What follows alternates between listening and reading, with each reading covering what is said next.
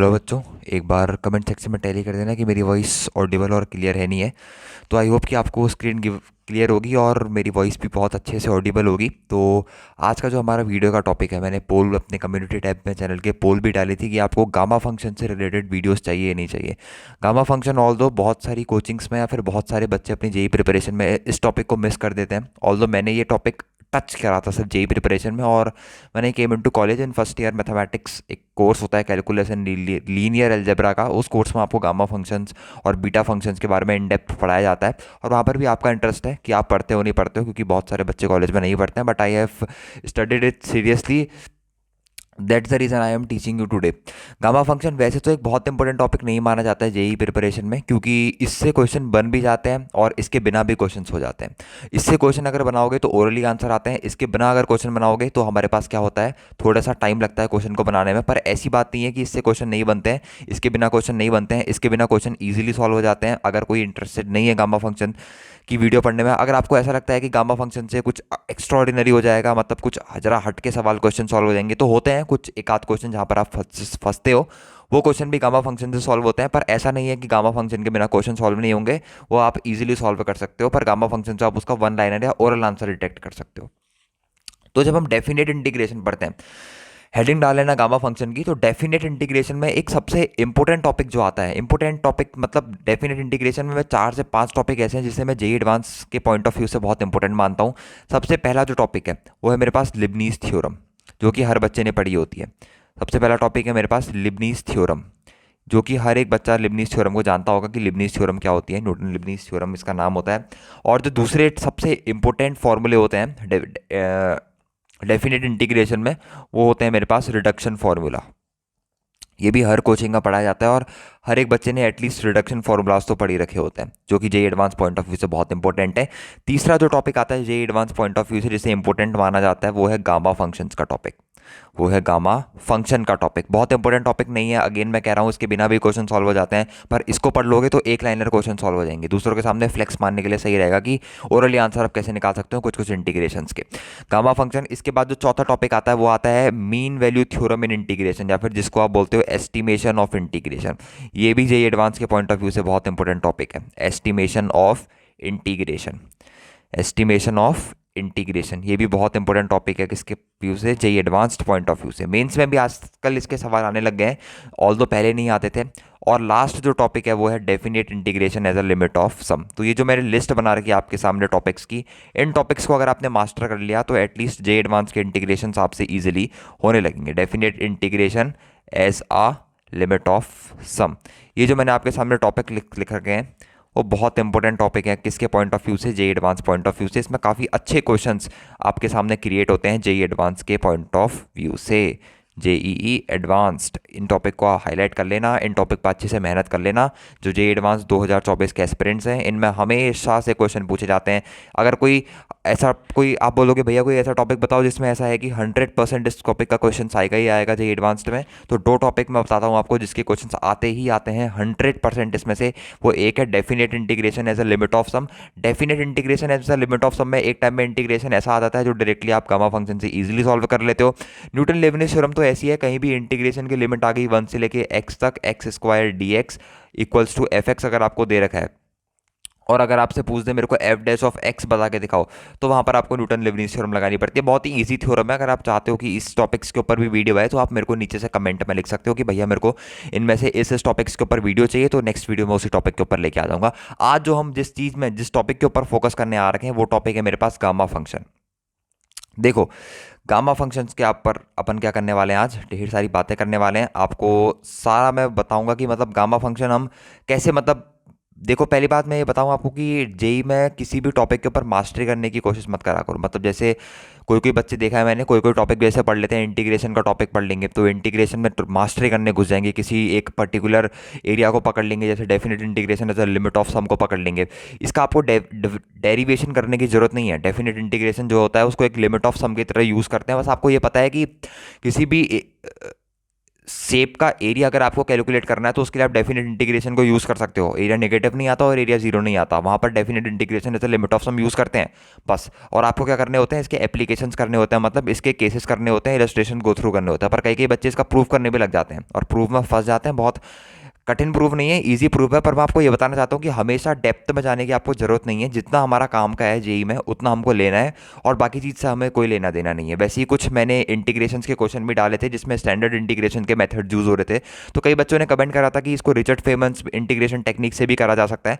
बिल्कुल करा जा सकता है रिचर्ड फेमन इंटीग्रेशन टेक्निक से। पर जो साइंटिस्ट रिचर्ड फेमन इंटीग्रेशन जिन्होंने टेक्निक्स दी थी उसके कुछ ड्रॉबैक्स भी हैं, कुछ लिमिटेड केसेस भी हैं। वहाँ पर आपको फंक्शन बनाने में बहुत ज़्यादा दिमाग खराब हो जाएगा अगर आपने रिचर्ड फेमन टेक्निक की जब तक अच्छे से आपको प्रैक्टिस नहीं है, आपको फंक्शंस अंदर क्रिएट करना नहीं आता, डेरिवेटिव्स क्रिएट करना नहीं आता इंटीग्रेबल फंक्शंस का, तब तक आप रिचर्ड फेमन टेक्निक्स का इंटीग्रेशन का यूज़ अच्छे से नहीं कर पाओगे। और कुछ गिने चुने क्वेश्चन यहाँ हो भी गए तो 100% गारंटी नहीं है कि जेईई एडवांस्ड आपसे वही केसेस पूछे जो आपने यहाँ पर कर रखे हैं। वो out of the box thinking को ज़्यादा प्रमोट करता है जेईई एडवांस्ड आपके पास। मेंस में हो सकता है कि आपसे रिचर्ड फेमन्स की टेक्निक से क्वेश्चन इजीली सॉल्व हो जाए, बट हर केसेस में नहीं हो सकता। तो जो बेसिक हमारा सिलेबस है उतना पूरा हो जाए, ये हमारा मेन मोटिव होना चाहिए जेईई एडवांस्ड में। बेसिक सिलेबस पूरा हो जाएगा तो हर एक क्वेश्चन हम इजीली सॉल्व कर सकते हैं। गामा फंक्शन में आपको इसलिए पढ़ा रहा हूँ ताकि आपका मतलब थोड़ा सा कॉलेज का भी जो फर्स्ट ईयर का पार्ट होता है कैलकुलेशन लीनियर अलजेब्रा, उसका एक टॉपिक पूरा हो जाए और थोड़ा आपको कॉन्फिडेंस भी आए और ऐसे छोटे मोटे इंटीग्रेशन आप ओरली सॉल्व कर सकते हो। तो गामा फंक्शंस की अब बात करते हैं। ठीक है, let's now discuss about gamma function. Okay, gamma functions के बारे में डिस्कस करना शुरू करते हैं। गामा फंक्शंस की अगेन मैं आपको कुछ डेप्थ नहीं बताऊंगा, गामा फंक्शन क्या होते हैं, क्या काम होता है, ये नहीं बताऊंगा। बस आपको थोड़ा जितना आपका काम का है उतना बताएंगे अपन। बाकी आपको भी ज़्यादा कुछ मतलब नहीं होना चाहिए और मुझे भी, क्योंकि ज़्यादा सिखाना नहीं है, जितना आपके सिलेबस का उतना सिखाना है, क्योंकि जेईई का सिलेबस वैसे ही बहुत ज़्यादा रहता है। तो सीखना हो तो आगे कभी टाइम मिलेगा तो उसमें पूरी वीडियो डालेंगे गामा फंक्शन में। गामा फंक्शन के अंदर बहुत सारी चीज़ें आती हैं। एक होता है गामा डिस्ट्रीब्यूशन भी, स्टैटिस्टिक्स में गामा डिस्ट्रीब्यूशन भी होता है। बहुत सारी चीज़ें आती हैं पढ़ने के लिए, तो बहुत सारा है गामा फंक्शन, बहुत छोटा टॉपिक नहीं है। इसके ग्राफ्स भी आते हैं गामा फंक्शंस के, ठीक है। तो बहुत सारा है, पर जितना हमारा काम का है उतना हम इसको लेंगे, वरना नहीं लेंगे, जो बाकी का छोड़ देंगे, कोई दिक्कत नहीं है। गामा फंक्शन को सबसे पहले आती है कि गामा फंक्शन को आप डिनोट कैसे करते हो। गामा फंक्शन का डिनोवेशन कैसा होता है। गामा फंक्शन है क्या, अगर कोई पूछे तो गामा फंक्शन जैसे आप फैक्टोरियल्स यूज़ करते हो। फैक्टोरियल 1 की अगर मैं आपसे वैल्यू पूछूं तो आप बोलोगे फैक्टोरियल 1 की वैल्यू 1 है। फैक्टोरियल 3 की वैल्यू पूछूं तो आप बोलोगे ये इसकी वैल्यू होती है 2 × 3 × 1 दैट इज 6। वैसे ही अगर मैं आपसे पूछूं फैक्टोरियल के अंदर कोई होल नंबर आ जाए, फैक्टोरियल के अंदर 5/2 आ जाए, तो उसकी वैल्यू आप प्रेडिक्ट नहीं कर सकते। But using gamma function you can predict the value of gamma 5/2। अब ये बाहर से आपने ये क्या लगा दिया सर, ये होता है डिनोवेशन ऑफ गामा फंक्शन। क्या होता है, representation of gamma function. Representation of किसका रिप्रेजेंटेशन होता है मेरे पास ये बच्चे, रिप्रेजेंटेशन ऑफ गामा फंक्शन। ये मेरे पास होता है गामा फंक्शन का रिप्रेजेंटेशन। अगर कोई पूछे कि आपको गामा फंक्शन कैसे रिप्रेजेंट करते हैं तो आप बोलेंगे, एक मिनट में यहाँ पर अपनी इंक चेंज कर लूँ, जो मेरे को कलर चाहिए वो मेरे पास कलर आ नहीं पा रहा है, ये वाला कलर यूज़ करते हैं। गामा फंक्शन का रिप्रेजेंटेशन अगर कोई बोले कैसे करते हैं तो आप उसको रिप्रेजेंट करते हैं गामा ऑफ एन से। ये जो बाहर वाला बॉक्स है यही आपका रिप्रेजेंट करता है किसको, गामा फंक्शन को रिप्रेजेंट करता है। तो रिप्रेजेंटेशन सबको क्लियर होगी और गामा फंक्शन का यूज़ भी क्लियर हो गया कि आप गामा से गामा 5/2 की वैल्यू निकाल सकते हो, गामा से आप गामा 1/2 की वैल्यू निकाल सकते हो, आप गामा 3/2 की वैल्यू निकाल सकते हो, किसी भी होल नंबर, किसी भी पॉइंट वाले डिजिट की आप वैल्यू निकाल सकते हो जो आप फैक्टोरियल से कैलकुलेट नहीं कर सकते।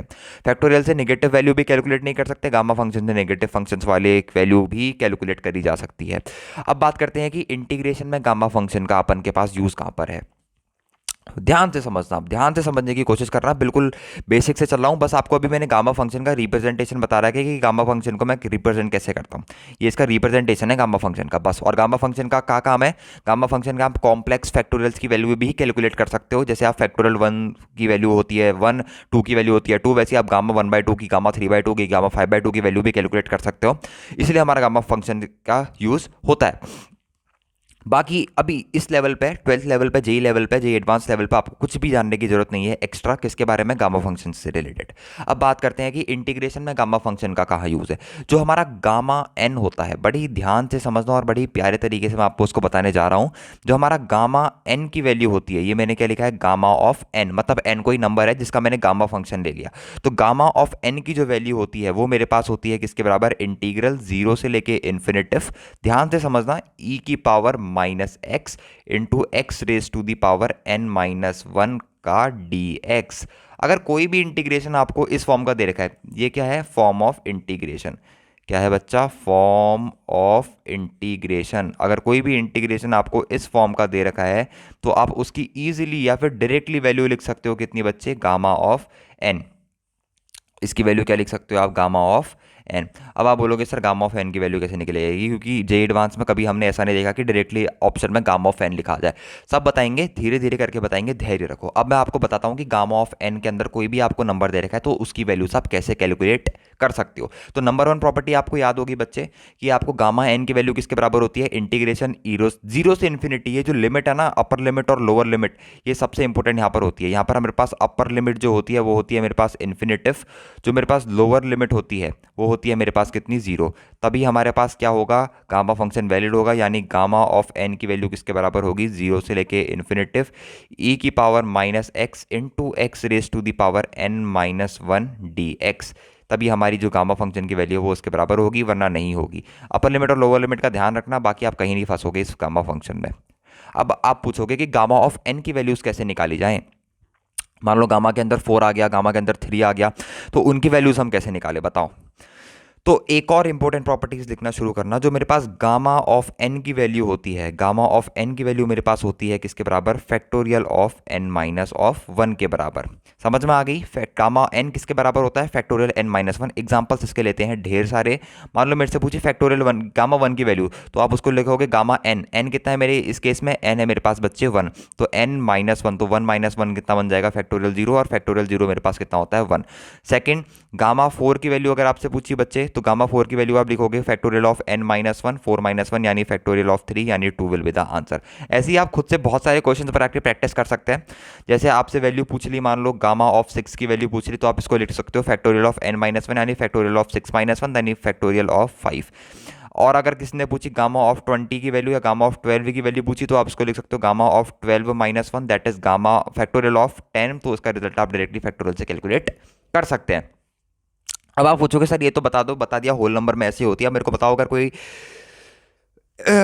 रेशनल नंबर दे रखा है, पी अपॉन क्यू फॉर्म का नंबर दे रखा है, तो उसकी गामा फंक्शन की वैल्यू अपन कैसे कैलकुलेट कर सकते हैं। वहां पर हमारे को दिक्कत आ रही है, क्योंकि यहां तो सबने जज कर लिया होगा कि gamma of n minus one की वैल्यू किसके बराबर होती है मेरे पास, factorial of n minus one के बराबर होती है। बहुत बढ़िया, मतलब गामा ऑफ वन की वैल्यू कितनी होती है, वन। गामा ऑफ जीरो की वैल्यू कितनी होती है, माइनस का फैक्टोरियल वन, या फिर गामा ऑफ जीरो अनडिफाइंड भी आप कह सकते हैं। अब दूसरी जो प्रॉपर्टी आती है, सबसे इंपॉर्टेंट प्रॉपर्टी आती है, वो आती है कि गामा ऑफ एन है मेरे पास। जैसे यहाँ से मैं हमेशा जैसे फैक्टोरियल से, जैसे मेरे पास फैक्टोरियल ऑफ फोर होता था, तो फैक्टोरियल ऑफ फोर को मान लो फैक्टोरियल ऑफ एन फॉर्म में लिखता था, तो फैक्टोरियल ऑफ फोर को मैं ऐसा भी लिख सकता हूँ, फोर इंटू कितना, फैक्टोरियल ऑफ थ्री। मतलब आप फैक्टोरियल ऑफ एन को कैसा लिख सकते थे, n into factorial of n minus one, ऐसे लिख सकते थे। सॉरी, यहाँ पर अंदर पे मेरे पास कितना बचेगा, फैक्टोरियल ऑफ थ्री। तो फैक्टोरियल ऑफ एन को आप कैसे लिख सकते थे, factorial n into n minus one. वैसे गामा ऑफ एन को हम लिखते हैं, बहुत ध्यान से देखना से हम लिखते हैं n minus one into gamma of n minus one. बहुत इंपॉर्टेंट प्रॉपर्टी है, सबसे इंपॉर्टेंट प्रॉपर्टी आई गई यही है गामा फंक्शन में। लंबा नहीं जा रहा है, बस गामा फंक्शन जो है एक बार समझ लोगे तो याद रहेगा। जिसको एक्सप्लोर करने की बहुत हुई रहती है टॉपिक्स में, जेई एडवांस में एक्सप्लोर करना है मुझे, टॉपिक्स अलग अलग टॉपिक्स पढ़ने हैं मेरे को, एक से एक मेथड्स पढ़ना है जिसमें मैं अपने पेपर को बहुत इजीली या फिर बहुत अच्छे से अटेम्प्ट कर सकूं, उनके लिए टॉपिक बहुत अच्छा है। तो एक्सप्लोर करना सीखो चीज़ों को। जब तक एक्सप्लोर नहीं करोगे ना, मैं कॉलेज में आता हूँ, मैंने भी ये चीज़ें सीखी पहले, तभी मैं आपको आज यहाँ बता पा रहा हूँ। मैंने भी इसमें बहुत रिसर्च करी, मतलब बहुत इधर उधर बुक से पढ़ा, बहुत सारी बुक्स होती हैं उनसे पढ़ा, इंजीनियरिंग मैथमेटिक्स की बुक से पढ़ा, बीवी रमन ने एक बुक आता है इंजीनियरिंग मैथमेटिक्स का, मैंने उससे पढ़ा गामा फंक्शन, तब जाके आपको आज पढ़ा पा रहा हूँ, क्योंकि मेरे को गामा फंक्शन में थोड़ी सी पकड़ है, मैं गामा फंक्शन को थोड़ा सा सॉल्व कर पाता हूँ, इसलिए मैं आपको अब टेक्निक्स बता पा रहा हूँ। और भी बहुत सारी टेक्निक्स हैं, धीरे धीरे होप आप लोगों का प्यार मिलते रहेगा, तो वो सारे टेक्निक्स मैं आपको बताते रहूँगा। काम में दोबारा फोकस करते हैं। गामा ऑफ एन को कैसे लिख सकते हैं अपन? गामा ऑफ एन को सर हम लिख सकते हैं कैसे? n-1 जो लिखेंगे बाहर आएगा और अंदर गामा के भी बचेगा अपने पास कितना? Gamma of n-1।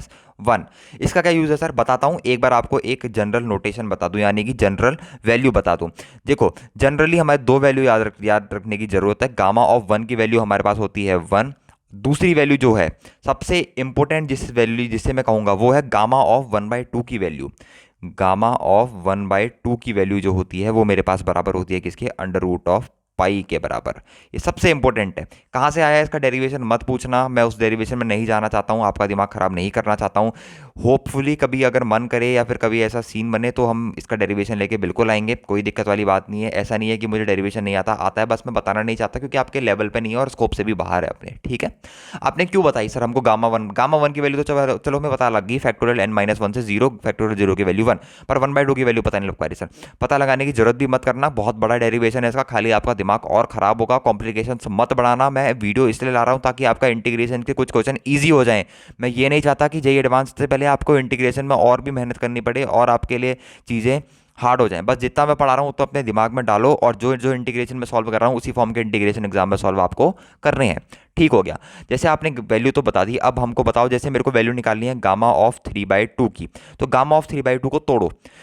मैं जैसे गामा को तोड़ रहा हूँ, जैसे फैक्टर गामा ऑफ एन को तोड़ रहा हूँ तो n-1 बाहर आ रहा है, मतलब 3/2 -1 बाहर आया और अंदर गामा के कितना बचेगा? 3/2 -1 बचेगा। बिल्कुल बढ़िया सर। तो गामा ऑफ यहाँ पर बच जाएगा 1/2 और अंदर बच जाएगा यहाँ पर 1/2। तो 1/2 की गामा की वैल्यू तो आपको पता है रूट ऑफ पाई। तो गामा 3/2 की वैल्यू कितनी आ गई? वो आ गई हमारे पास अंडर रूट ऑफ पाई/2 निकल के आ गई। अब वैसे ही पूछूं मैं आपसे बच्चे, गामा ऑफ 5/2 की वैल्यू निकालो, खुद से निकालो। n-1 बाहर आएगा, मतलब 5/2 -1 बाहर आएगा, तो अंदर भी कितना बचेगा? 5/2 माइनस का 1 बचेगा। क्या बन गया? ये बन गया मेरे पास 3/2 इंटू गामा ऑफ 3/2। 3/2 कभी भी पूरा बाहर नहीं आएगा, 3/2 -1 बाहर आएगा, तो अंदर कितना बचेगा? यहाँ पर बचेगा 3/2 माइनस का 1, तो यहाँ पर बच जाएगा बाहर से 3/4 इंटू गामा ऑफ 1/2। तो ये कितना बन जाएगा? 3 अंडर रूट ऑफ पाई/4। ऐसे निकालते हैं। वैसे गामा ऑफ 7/2 की वैल्यू निकालनी है, वो भी ऐसे निकलेगी। कोई भी उसमें उल्टी सीधी ट्रिक मत लगाना, पहले 7/2 बाहर, 7/2 -1 बाहर निकालना। वैसी सारी चीज़ें आपके पास सिस्टमेटिक ढंग में आती रहेंगी। ठीक हो गया। अब मैं अपनी प्रॉपर्टी में दोबारा आता हूँ, ये आपको थोड़ा बहुत इसका नॉलेज आ जाएगा। जितने केसेस मैंने यहाँ पर लिख दिया ना, उससे ज़्यादा केसेस पूछता भी नहीं है। गामा आपको बेसिकली गामा 3/2 की वैल्यू निकालते आनी चाहिए, आपको गामा 7/2 की वैल्यू निकालते आनी चाहिए, आपको गामा 5/2 की वैल्यू निकालते आनी चाहिए। इससे ऊपर नहीं पूछता एडवांस, कभी भी इससे ऊपर नहीं जाता, हो ही नहीं सकता कि इससे ऊपर चले जाए, और इससे ऊपर जाएगा तो मैं हूँ यहाँ पे, कोई दिक्कत वाली बात नहीं है। और ये याद रखनी है कि गामा ऑफ 1/2 की वैल्यू कितनी होती है मेरे पास? अंडर रूट ऑफ पाई के बराबर होती है। और गामा ऑफ 1 की वैल्यू आपको पता ही है, वो मेरे पास किसके बराबर होती है? 1 के बराबर होती है। अब मैं अपनी प्रॉपर्टी पे आता हूँ, जो मैंने आपको सबसे नंबर 1 प्रॉपर्टी बताया कि गामा ऑफ n किसके बराबर होता है? वो बराबर होता है इंटीग्रेशन 0 से लेके इन्फिनिटी e की power minus of x into x raise to the power n-1 d of x। एक एग्जाम्पल मैं आपको देता हूं, जबरदस्त एग्जाम्पल देता हूं, वो है 0 से लेके इन्फिनिटी e की power minus of x into x की पावर 5 dx। इसकी वैल्यू बता के दिखाओ। नॉर्मल बच्चा इसे कैसे करेगा? इसमें 5 बार बाय पार्ट लगाएगा, 5 बार क्या लगाएगा मेरे पास? बाय पार्ट इंटीग्रेशन इसमें लगाएगा, फिर भी शायद उसका आंसर ना आए। 5 बार क्यों लिख रहा हूं मैं? इसमें बाय पार्ट लगाएगा, फिर इसका आंसर निकालेगा। तो बाय पार्ट लगाओगे, उसका आंसर निकालोगे, इतना टाइम हमारे पास जेईई एडवांस में है नहीं, अपने को बहुत अच्छी रैंक लेके आनी है। तो सबसे पहले कंपेयर करना है एंड डायरेक्टली। कई बच्चों ने यहाँ पर सीधे गामा 5 रख दी होगी इसकी वैल्यू, मेरे को पता है ये गलती बहुत बच्चे ने करी होगी, पर आपको ऐसा नहीं करना है। यहाँ पर आपको क्या करना है? n-1 को रखना है किसके बराबर? 5 के बराबर। इससे कंपेयर करना है। अब पता लगा होगा कई बच्चों को, इससे क्या करना है बच्चे? कंपेयर करना है। मतलब किससे कंपेयर करना है? मतलब n-1 किसके बराबर रखना है? 5 के बराबर। तो n किसके बराबर आ गया बच्चे? 6 के बराबर। तो इस इंटीग्रेशन की कितनी निकल के आई? गामा ऑफ 6 निकल के आई। गामा ऑफ 6 कितना होता है? Factorial of 6 - 1 that is factorial of 5, यानी कि कितना होगा? 120। आई गेस 120 सही होगा, ये होगी इसकी वैल्यू। एक और इंटीग्रेशन सॉल्व करते हैं, होप उसका आंसर आप सही देंगे बिल्कुल। वो इंटीग्रेशन है मेरे पास 0 से लेके इन्फिनिटी e की power minus of x into x raise to the power 6, x raise to the power 6 dx, या फिर x raise to the power x लिख देते हैं, x raise to the power 1 dx लिख देते हैं। यहाँ पर आपको कैसे करना है? वीडियो पॉज करना, खुद से सॉल्व करने की कोशिश करना, उसके बाद ना बने तो दबा के वीडियो को देखना। तो इसको जब सॉल्व करोगे तो क्या बनेगा मेरे पास आएगा गामा ऑफ एन कितना आएगा, एन माइनस वन की वैल्यू मेरे पास कितनी आ गई 1, तो एन की वैल्यू कितनी आ गई मेरे पास 2। तो इसकी लिमिट कैसे, गामा ऑफ 2 की वैल्यू कैसे निकालोगे, गामा ऑफ 2 की वैल्यू निकलेगी फैक्टोरियल ऑफ 2 माइनस वन, यानी फैक्ट 1 के बराबर इसका क्या आ जाएगा, आंसर आ जाएगा। एक और फॉर्म आती है इसमें, बहुत ज़बरदस्त फॉर्म आती है, वो भी मेरे को काफ़ी इंटरेस्टिंग लगती है, आई होप कि आप सबको भी इंटरेस्टिंग लगेगी। वो फॉर्म इस तरीके की होती है, इंटीग्रेशन सेम है, सब सेम है, ई जीरो से लेके इन्फिनिटी, बस ई की पावर में आ जाता है minus of a x, x raise to the power n minus one, whole में आ जाता है इसके डी एक्स। इसकी वैल्यू जो होती है वो मेरे पास बराबर होती है gamma of N upon a की पावर एन। ये बहुत ज़्यादा इंपॉर्टेंट प्रॉपर्टी है, क्योंकि जे एडवांस में हमेशा इसी तरीके के इंटीग्रेशन आते हैं, ताकि उसमें क्या करें, ये बाय पार्ट रिपीट हो जाए, यहाँ पर ए की वजह से बाय पार्ट रिपीट होता है। इसका एक एग्जांपल दूँ आपको बच्चे, तो इसका एग्जांपल मैं जीरो से देते इन्फिनिटी लेता हूँ, ई की पावर लेता हूँ माइनस का 4x into x raise to the power 2 dx। सबसे पहले इसकी वैल्यू लिख देना अपनी रफ कॉपी में, वो होगी gamma of n upon a की पावर n के बराबर। यहाँ पर a की वैल्यू आपको साफ साफ चमक रही है, दैट इज 4, ये चमक गई, और x raise to the power n minus one होता है, मतलब n माइनस वन की वैल्यू है मेरी 2 के बराबर, मतलब मेरी n की वैल्यू कितनी आ जाएगी, 3 के बराबर आ जाएगी। तो अगर मैं इस इंटीग्रेशन का रिजल्ट डायरेक्टली लिखना चाहूँ तो गामा ऑफ n, n कितना है 4 है, सॉरी n कितना है 3 है, गामा ऑफ 3 अपॉन a की वैल्यू है मेरे पास 4 की पावर n, 4 की पावर 3, तो गामा ऑफ 3 की value factorial of 3 minus one that is 2 upon 4 की पावर 3 दैट इज 4 4 16, 16 4 64, यानी इस इंटीग्रेशन की रिजल्ट आ जाएगी 1/32। ये आ जाएगा आपके पास इस इंटीग्रेशन का रिजल्ट। तो इसी तरीके से आपको सॉल्व करने होते हैं गामा फंक्शंस के क्वेश्चन, कुछ बड़ी बात नहीं है गामा फंक्शंस के क्वेश्चन सॉल्व करने के लिए। जैसे एक और इंटीग्रेशन मैं आपको एग्जांपल के लिए सॉल्व कराऊं, जीरो से लेके इन्फिनिटी, यहाँ पर एक और इंटीग्रेशन दे रखा है, मान लो ई की power minus 2x, x raise to the power 3, यहाँ पर दे रखा है होल में dx। तो इसकी वैल्यू सबसे पहले लिखना होती है gamma of n upon a की पावर n के बराबर, n 3 minus one equal n minus one equal to 3, तो n की वैल्यू 3 प्लस वन 4, तो गामा ऑफ 4 अपॉन ए कितना है 2, 2 की पावर 4, तो ये आ जाएगा मेरे पास 6 अपॉन 16। याद है क्या इसका आंसर। तो डायरेक्टली वन लाइनर आंसर आप निकाल सकते हो गामा फंक्शंस का इंटीग्रेशन यूज करते हुए। तो यही मेरे को आज की वीडियो में आपको यही सिखाना था कि गामा फंक्शंस क्यों यूज करते हैं। गामा फंक्शन का एज सच कुछ ज़्यादा बड़ा यूज नहीं है, पर हाँ इस टाइप के इंटीग्रेशन को आप इजीली सॉल्व कर सकते हो। किस टाइप के इंटीग्रेशन को इजीली सॉल्व कर सकते हो, जीरो से लेके infinity e raise to the power minus of x, x raise to the power n minus one d x. एक और फंक्शन होते हैं गामा फंक्शन में जिस तरीके के इंटीग्रेशन आप सॉल्व कर सकते हो। अगर आपको उस पर वीडियो चाहिए तो आप उस पर वीडियो बताना। इस वीडियो की लेंथ अल्टीमेटली 20 मिनट्स हो चुकी है, तो मैं सोचता हूँ कि इससे ज़्यादा पढ़ोगे तो आपका दिमाग का प्रेशर कुकर फट सकता है। वो फॉर्म होती है कुछ इस तरीके की, अगर आपको इस तरीके का इंटीग्रेशन दे रखा है जीरो से लेके π/2, मान लो आपको दे दिया साइन की पावर 6x कॉस की पावर 2x dx, इस टाइप का आपको अगर इंटीग्रेशन दे दिया, तो इस टाइप के इंटीग्रेशन को भी आप गामा फंक्शन से सॉल्व कर सकते हो। That is one liner integration हो जाते हैं। अगेन इससे सॉल्व करने के बाद अगर इस पे भी वीडियो चाहिए तो आप कमेंट में लिख सकते हो कि भैया मेरे को इस फॉर्म के इंटीग्रेशन पे भी वीडियो चाहिए, तो मैं इस फॉर्म के इंटीग्रेशन पे भी वीडियो आपके पास क्या कर सकता हूँ, ला सकता हूँ। और इन टॉपिक्स में भी अगर किसी भी टॉपिक्स की मैं वीडियो की जरूरत हो या फिर क्वेश्चन की जरूरत हो, लिबनीज थ्योरम में क्वेश्चन की जरूरत हो वो ले आऊँगा, रिडक्शन फॉर्मूले में क्वेश्चन की जरूरत हो वो ले आऊँगा, गामा में क्वेश्चन की जरूरत हो वो ले आऊँगा, इसमें जरूरत हो ले आऊँगा, इसमें जरूरत हो ले आऊँगा। पर इस टॉपिक पर क्या करना, खासकर फोकस करना, क्योंकि हर साल एक क्वेश्चन आता है। किसी भी साल अगर क्वेश्चन नहीं आया होगा तो मेरे से बताना कि भैया इस साल पर क्वेश्चन नहीं आया। हर साल इस पर क्वेश्चन आता है, 100% कन्फर्म है कि इस टॉपिक का क्वेश्चन आए, और 100% कन्फर्म है कि इस टॉपिक का क्वेश्चन सॉल्व करते हुए इसके रिजल्ट तक पहुंचो। तो आपस में दोनों को मैं इंटरलिंक करता था अपने जेई के टाइम पे, तो मैंने दोनों टॉपिक सीखे हुए थे, और आपको भी दोनों टॉपिक सीख के इस पर मास्टरी करनी है। तो यही है कि आज की वीडियो का सार कि सीखने की कोई उम्र नहीं होती, सीख कभी भी आप सकते हो। गामा फंक्शन आप कॉलेज में भी पढ़ सकते थे, पर मैंने आपको थोड़ा बहुत फील दिया कि गामा फंक्शंस क्या होते हैं, गामा फंक्शंस की वैल्यू कैसे निकाली जाती है। कहीं कहीं पर डायरेक्टली आप कॉम्पिटेटिव एग्जाम दोगे, कोई दूसरे तीसरे एग्जाम दोगे, तो वहाँ पर आप डायरेक्टली एकदम रिजल्ट क्लेम कर सकते हो, एकदम रिजल्ट निकाल सकते हो कि इसका गामा फंक्शंस का, अगर आपको गामा इंटीग्रेशन समझ में आता है तो आज की वीडियो में इतना ही रखते हैं। आई होप कि आपको वीडियो समझ में आई होगी। वीडियो में बने रहने के लिए बहुत बहुत धन्यवाद। मिलते हैं नेक्स्ट वीडियो में। ओके बाय, तब तक के लिए wish you all the very best.